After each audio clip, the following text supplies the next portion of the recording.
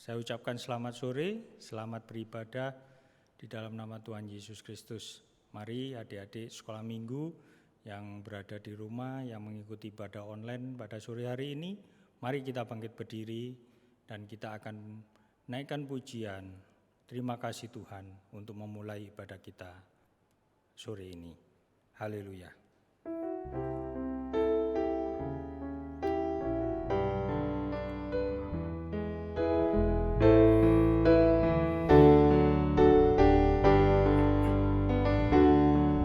Terima kasih Tuhan untuk kasih setiamu yang kualami dalam hidupku.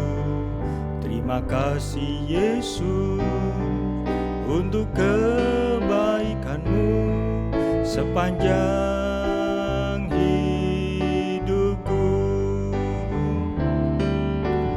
Terima kasih Yesusku buat anugerah yang kau beri, sebab hari ini Tuhan adakan syukur bagimu. Terima kasih Yesusku. Kita angkat tangan.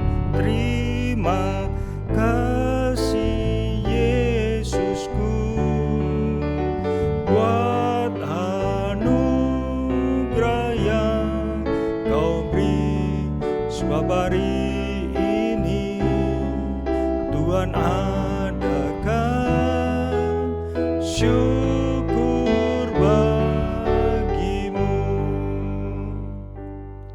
Mari adik-adik tundukkan kepala, tangan dilipat, kita akan berdoa. Terima kasih Tuhan atas kemurahan-Mu pada sore hari ini. Kami boleh kembali beribadah kepada Engkau. Kiranya Tuhan, urapan Roh Kudus-Mu mengurapi kami dan memberikan roh sukacita untuk kami beribadah kepadamu, untuk kami memuji memuliakan nama-Mu. Terima kasih Tuhan. Kiranya Tuhan Engkau melawat ibadah kami pada sore hari ini. Engkau Tuhan menjamah kami lewat pujian, lewat firman-Mu Tuhan. Segenap roh jahat, roh yang tidak dengar-dengaran, roh nakal, kami akan usirkan keluar di dalam nama Tuhan Yesus Kristus, darah Yesus yang berkuasa.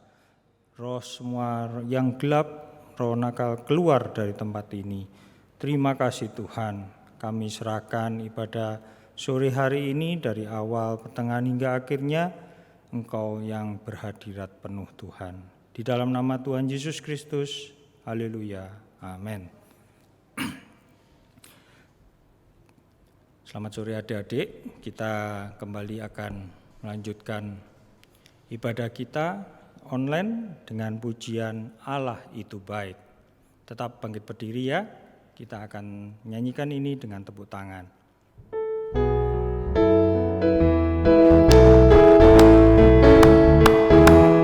Allah itu baik, sungguh baik bagiku, ditunjukkannya kasih setianya.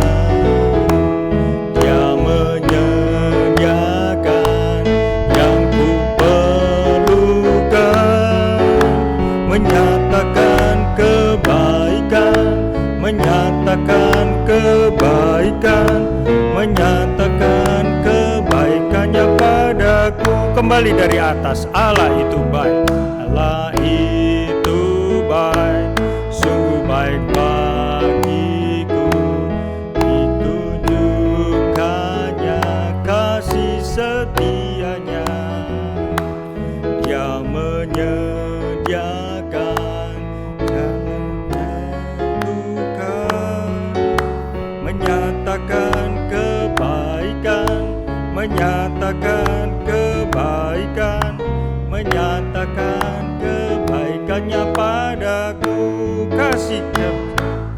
Kasih setianya tak pernah berubah. Dulu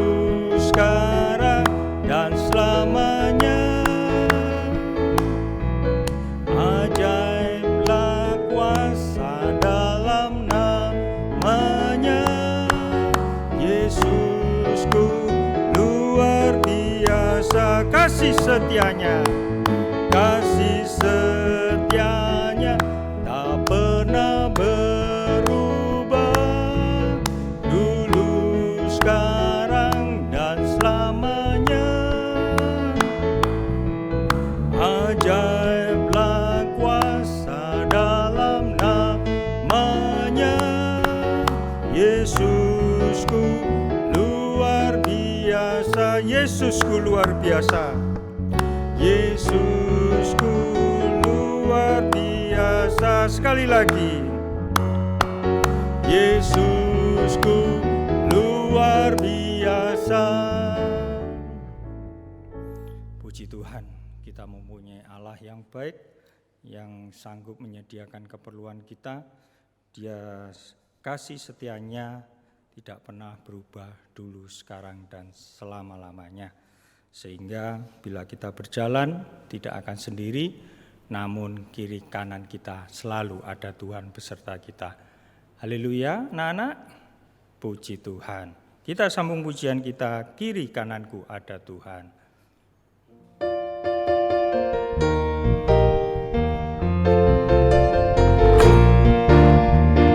Ku selalu memandang Tuhan, ku selalu memuji Dia.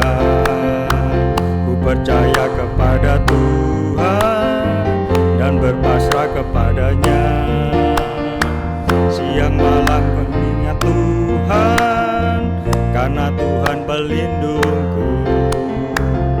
Dengan Dia ku takkan gentar menghadapi semua musuh. Kiri kananku ada Tuhan, sekelilingku ada Tuhan, dalam hidupku ada Tuhan.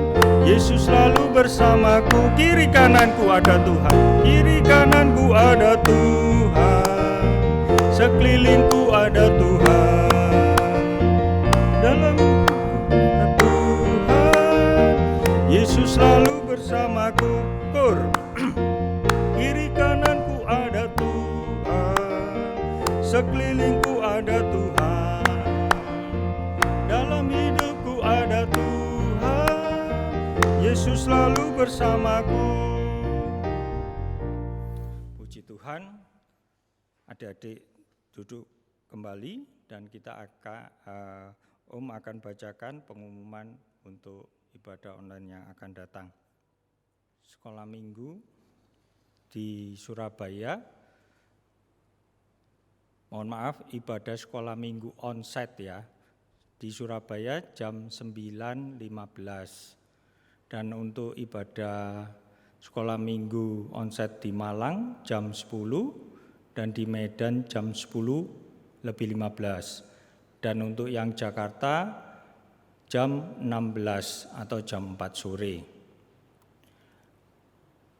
Ini tolong diperhatikan adik-adik ya, setiap kali beribadah, anak-anak berpakaian yang rapi. Jangan lupa disiapkan Alkitab dan alat tulis untuk yang sudah bisa membaca Alkitab, membaca, menulis ya.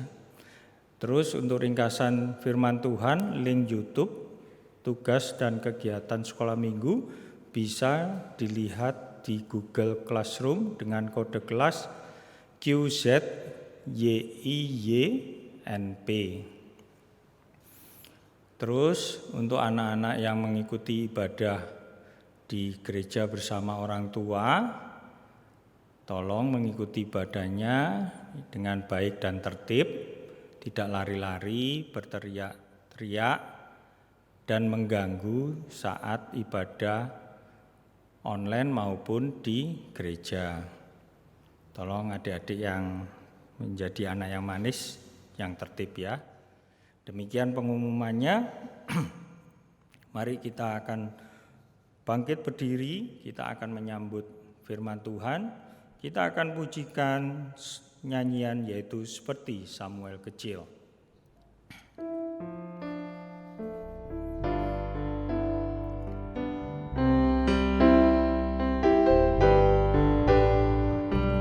Mari Tuhan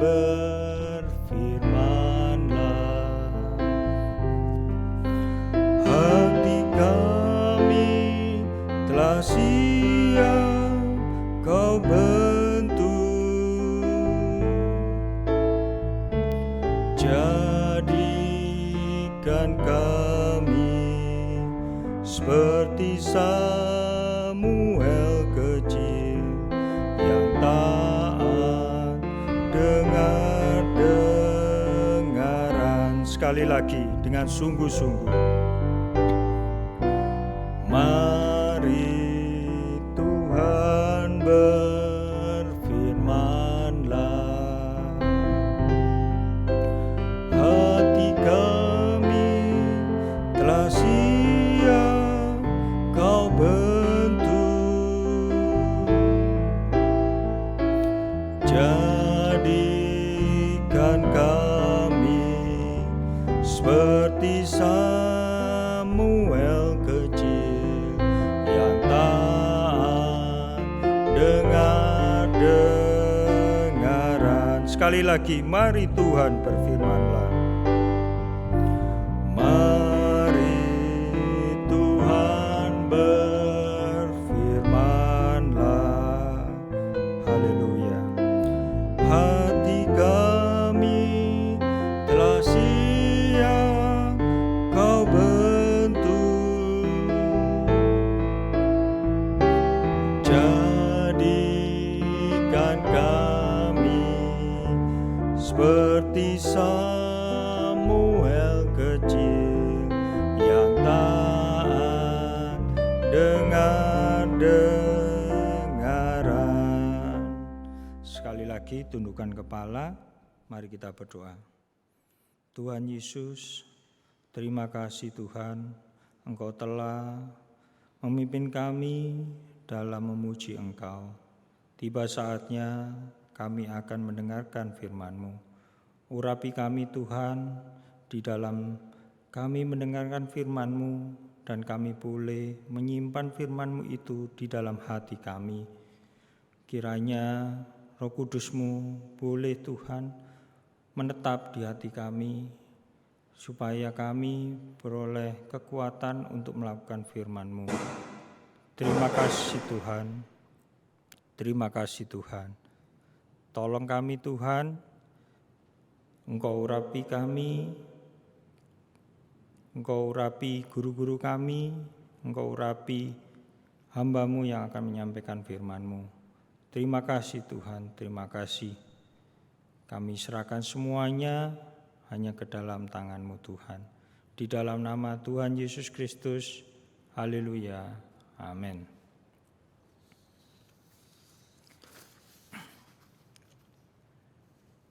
Anak-anak sudah menyiapkan Alkitab dan bolpen dan juga buku tulisnya untuk mencatat firman Tuhan pada sore hari ini.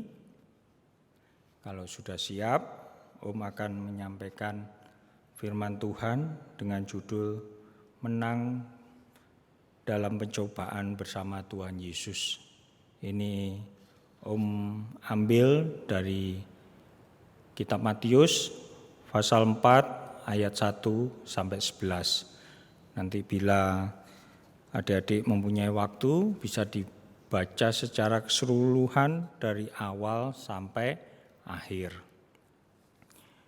Di dalam Matius 4 ini ayat 1 sampai 11 ini berbicara tentang Tuhan Yesus dicobai oleh iblis, ya. Jadi saat Tuhan Yesus setelah dibaptis oleh Yohanes Pembaptis, maka Tuhan Yesus dibawa ke padang gurun untuk dicobai oleh iblis, ya. Jadi pencobaan yang dialami Tuhan Yesus inilah yang kita mau ambil teladannya. Bagaimana sikap Tuhan Yesus di dalam menjawab setiap apa yang disampaikan oleh iblis, ya. Jadi pencobaan yang Tuhan alami ini yaitu dilakukan oleh siapa? Oleh iblis. Kita akan baca di Matius keempat, Matius pasal 4 ayat yang pertama. Om akan bacakan ya. Kemudian daripada itu, lalu Yesus dibawa oleh Roh masuk ke padang belantara supaya dicobai oleh iblis. Jadi di sini siapa yang mencobai Tuhan Yesus? Ya, benar. Iblis. Nah, iblis ini siapa? Nah, iblis ini siapa? Iblis ini yaitu setan. Kita akan baca lagi ya di Yohanes 8 ayat 44. Biar kita tahu siapakah iblis itu. Yohanes 8 ayat 44. Om akan bacakan. Iblislah yang menjadi bapamu dan kamu ingin melakukan keinginan-keinginan bapamu. Ia adalah pembunuh manusia sejak semula dan tidak hidup dalam kebenaran. Sebab di dalam dia tidak ada kebenaran.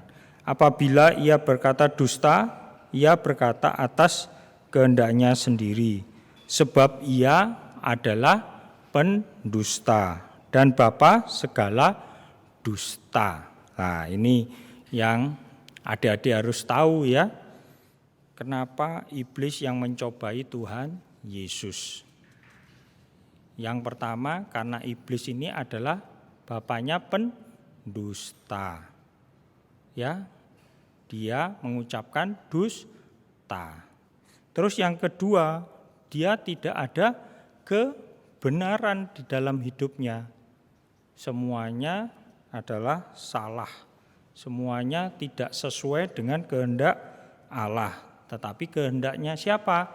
Kehendaknya dirinya sendiri. Karena ia apa? Mempunyai ketinggian hati. Ia menganggap dirinya adalah Tuhan, tapi sebenarnya bukan. Ya. Dan yang ketiga, yang terakhir, dia adalah bapa pembunuh. Ya. Ini adalah sifat-sifat yang jelek, sifat-sifat yang tidak ada di dalam Tuhan. Kalau ada di dalam Tuhan, kita selalu ada apa? Ada kebenaran, ya. Dan mulut kita adalah mulut yang apa? Tidak ada saksi dusta, jujur, apa adanya. Ya, katakan ya, dan tidak, katakan tidak. Dan apa yang ada di dalam kita sebagai anak Allah lagi, yaitu kita adalah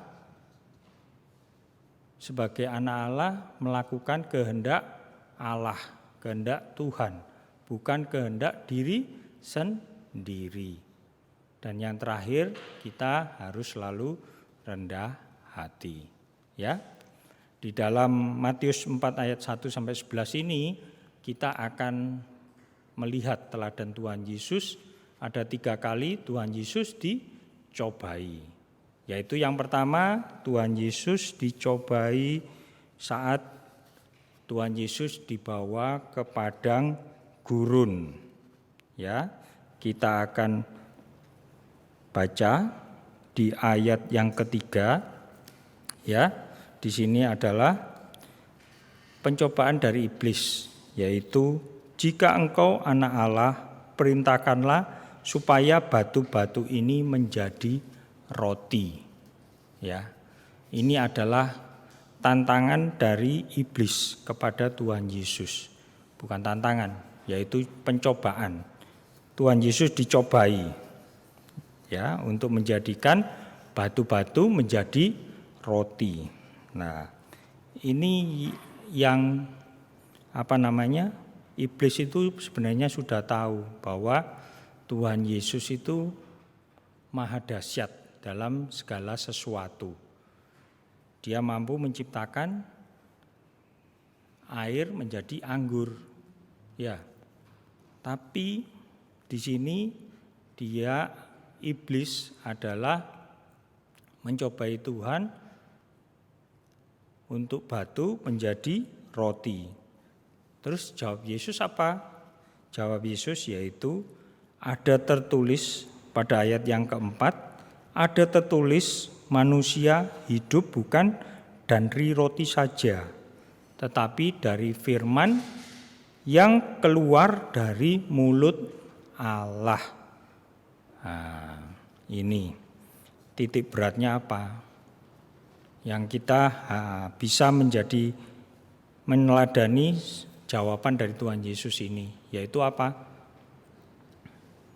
Tuhan Yesus mengutamakan roti yang hidup, roti yang rohani, yaitu firman Allah yang perlu diutamakan, bukan hal-hal soal yang jasmani seperti roti jasmani, yaitu hanya mengenyangkan perut saja, tetapi tidak bisa mengenyangkan secara rohani, ya.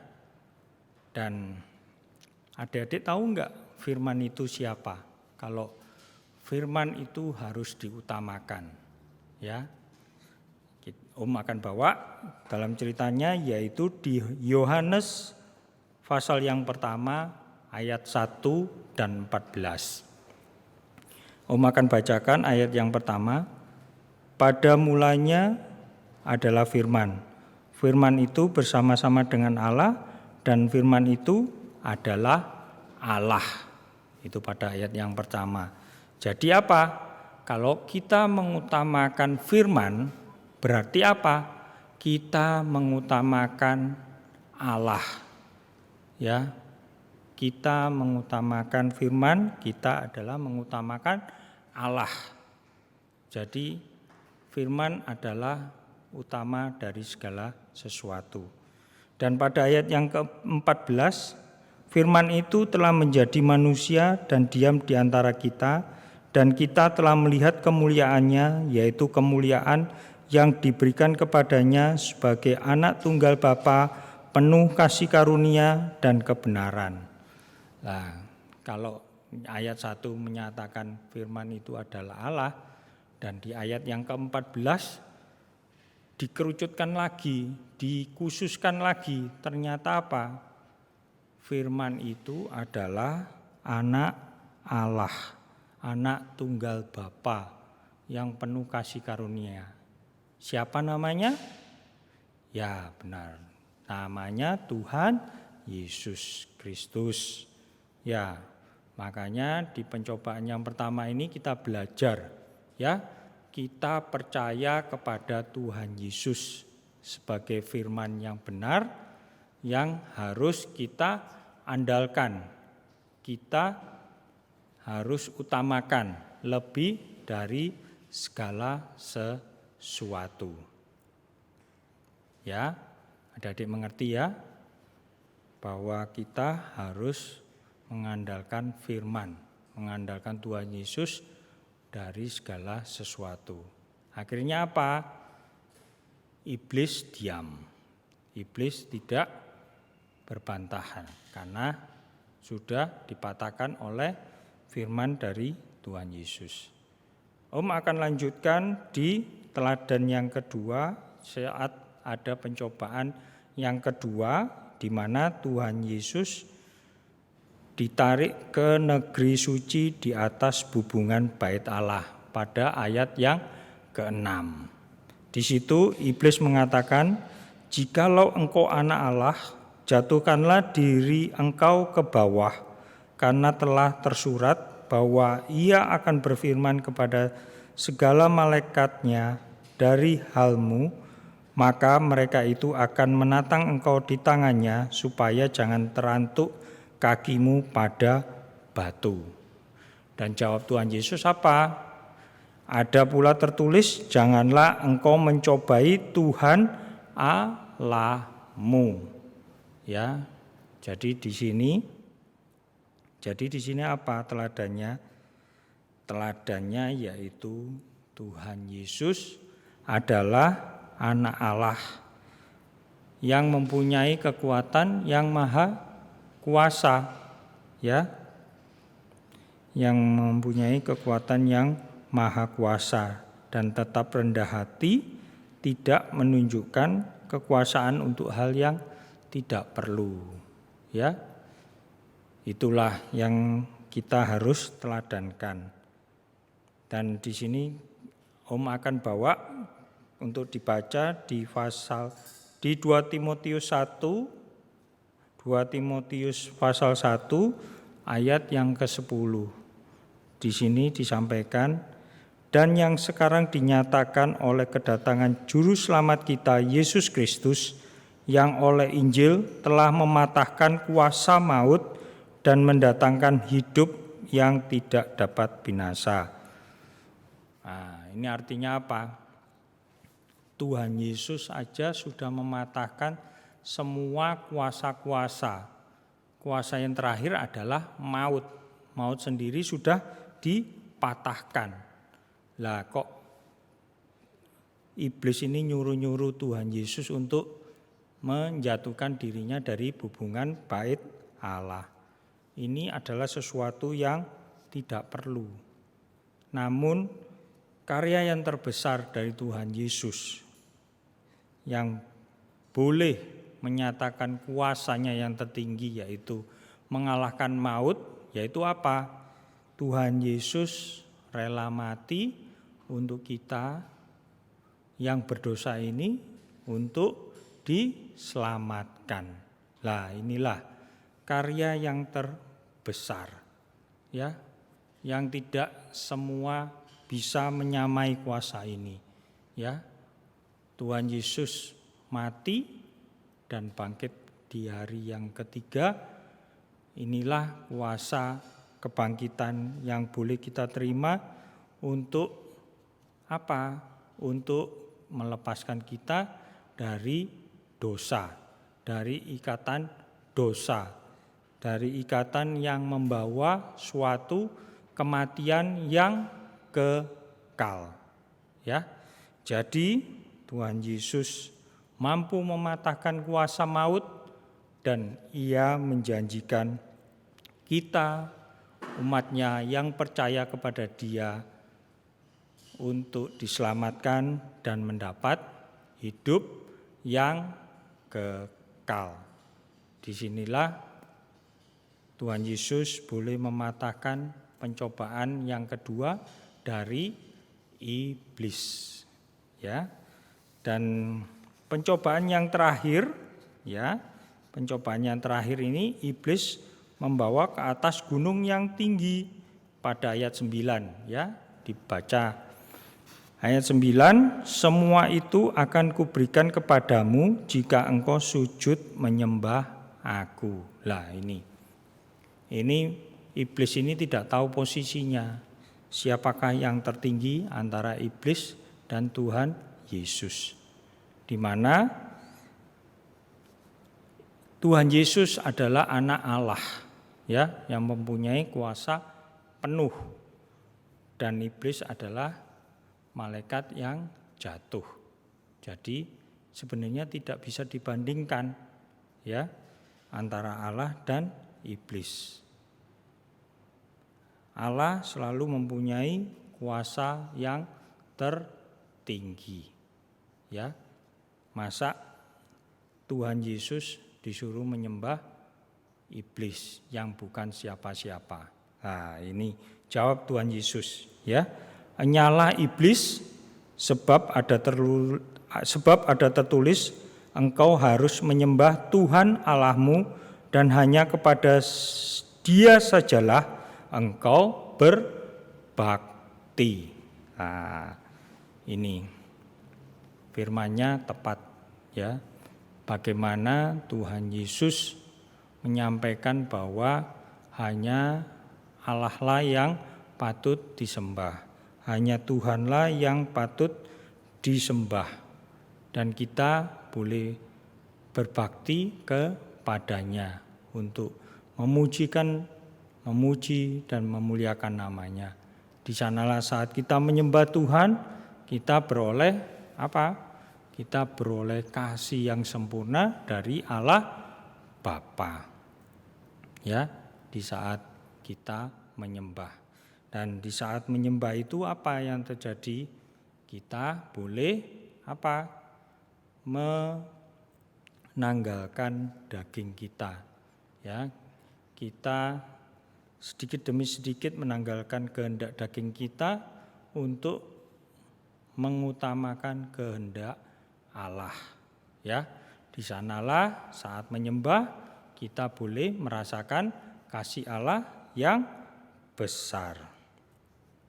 Dan teladan yang disampaikan di pencobaan yang ketiga ini yaitu Tuhan mau kita menyembah Tuhan lebih dari segalanya. Ya. Kenapa kita harus menyembah Tuhan dari segalanya? Ya. Karena apa? Nanti pada akhir zaman kita akan, kalau kita masuk dalam antikris, kita dipaksa untuk menyembah antikris. Nah, inilah benar-benar Tuhan akan benar-benar kita masuk dalam ujian.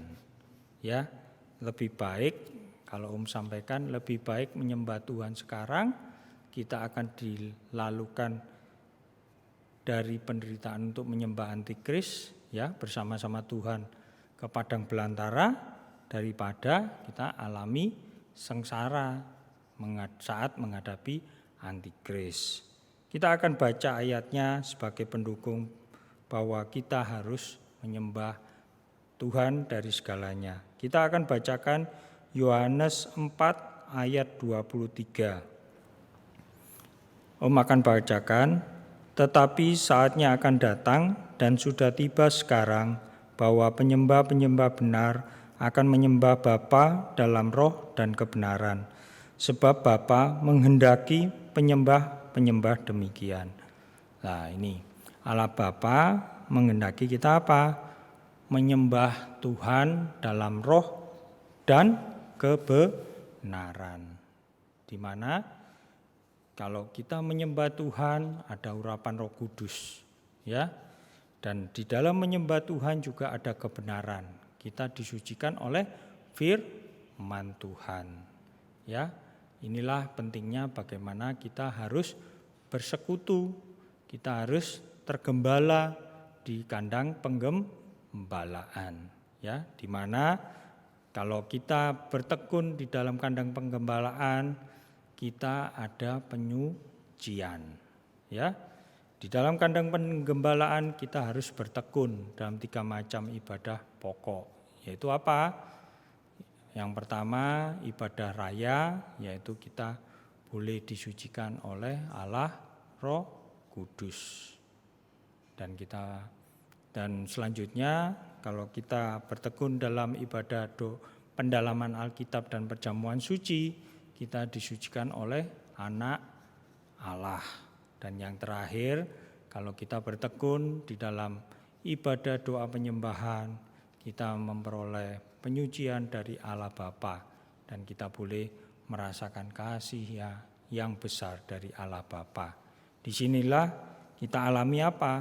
Penyucian yang sempurna, penyucian tubuh, jiwa, dan roh kita oleh Allah Tritunggal.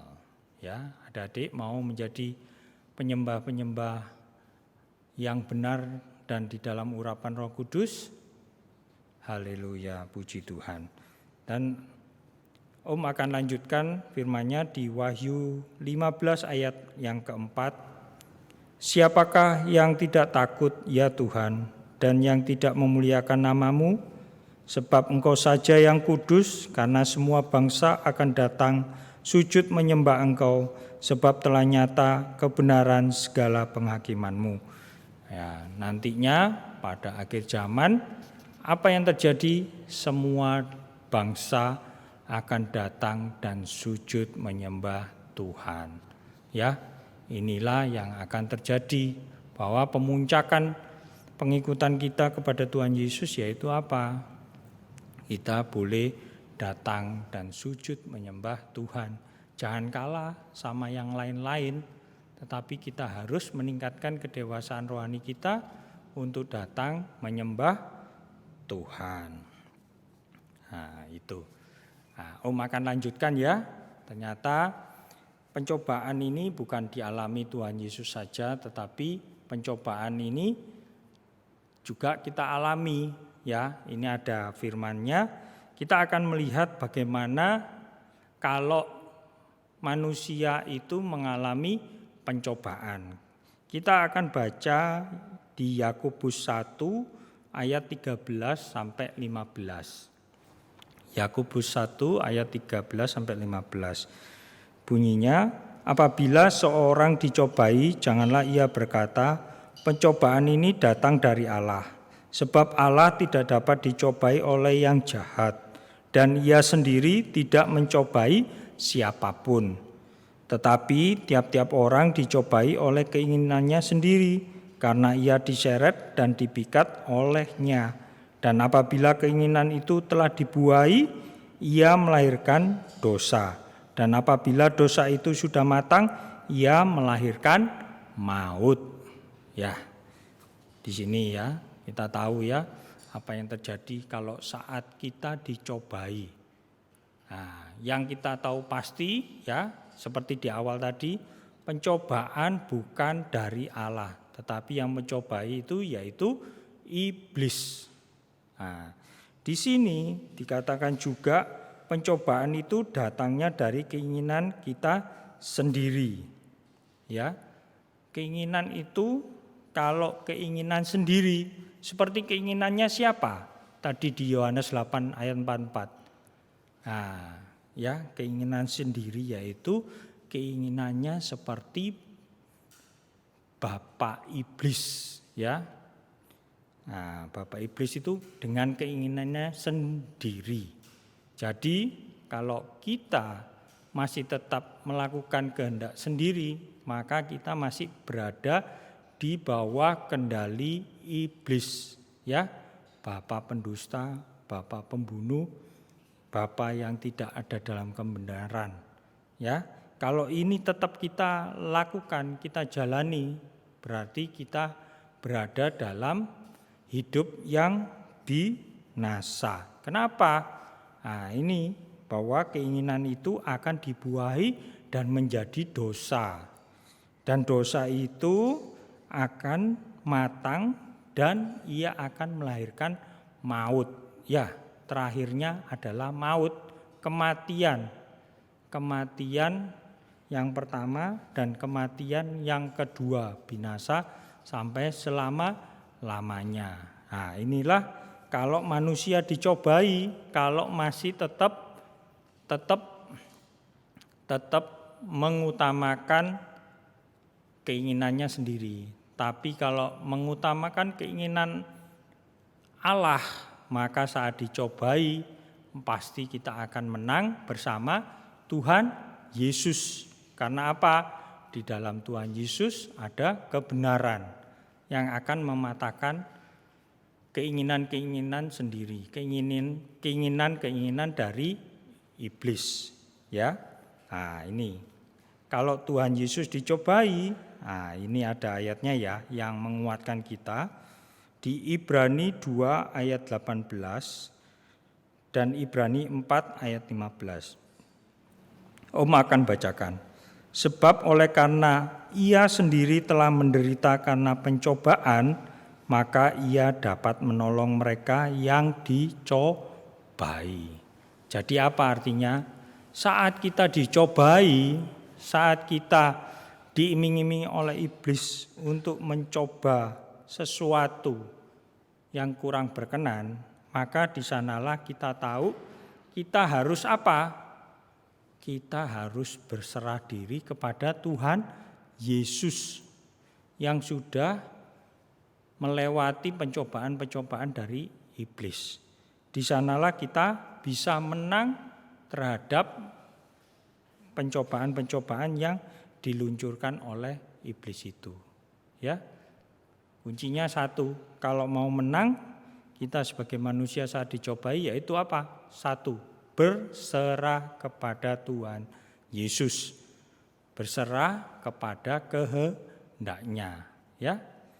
Itu yang pertama. Terus yang kedua di Ibrani 4 ayat 15, sebab imam besar yang kita punya bukanlah imam besar yang tidak dapat turut merasakan kelemahan-kelemahan kita. Sebaliknya sama dengan kita, ia telah dicobai hanya tidak berbuat dosa. Ya, ini Tuhan Yesus sudah meneladankan apa? Saat dicobai tidak kalah terhadap iblis.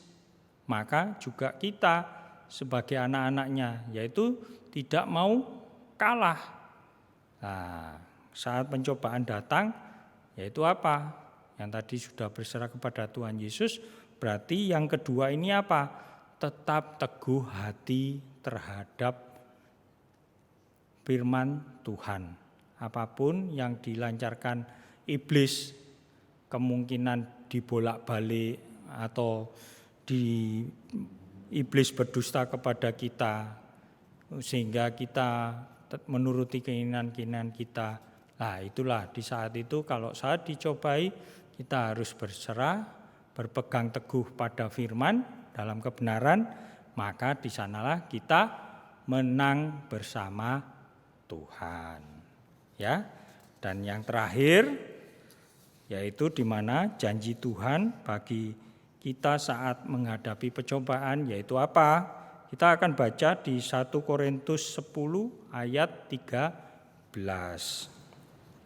Pencobaan yang kamu alami ialah pencobaan-pencobaan biasa yang tidak melebihi kekuatan manusia.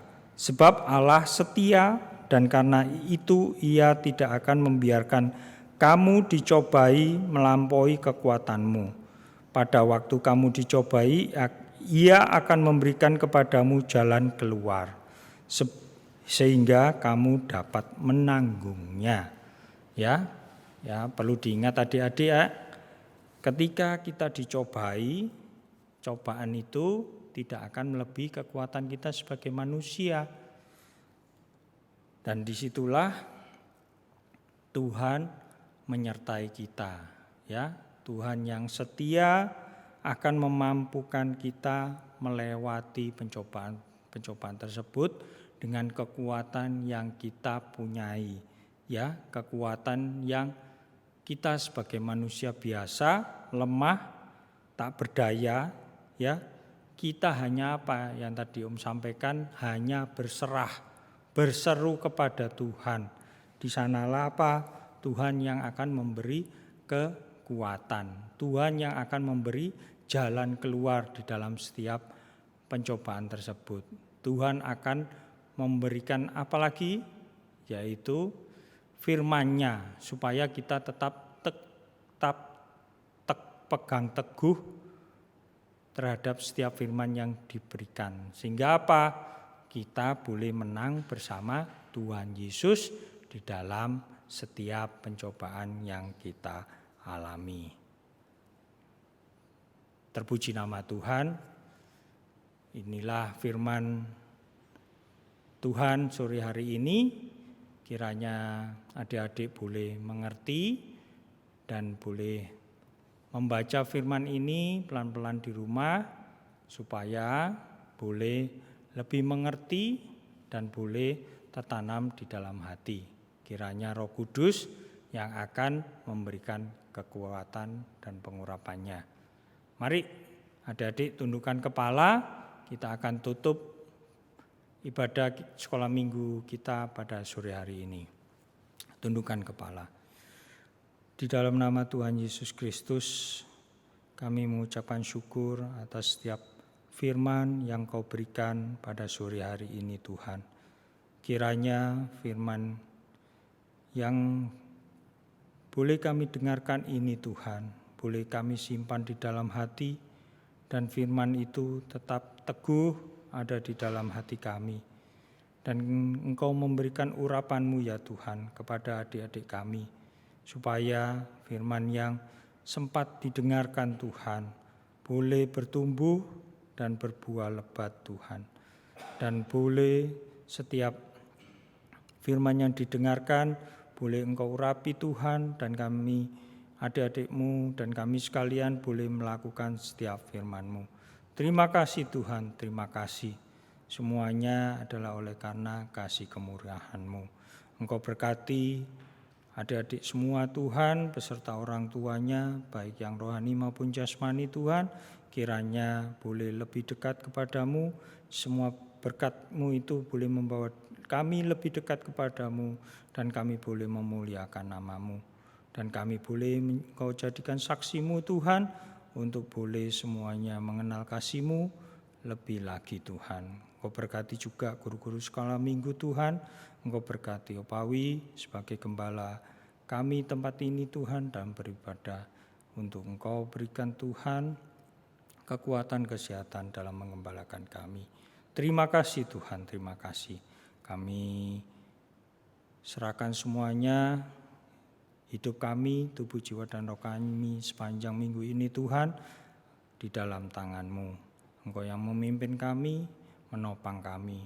Terutama Tuhan, Engkau berikan kami kemurahan-kemurahan-Mu di dalam kami beribadah di tempat ini.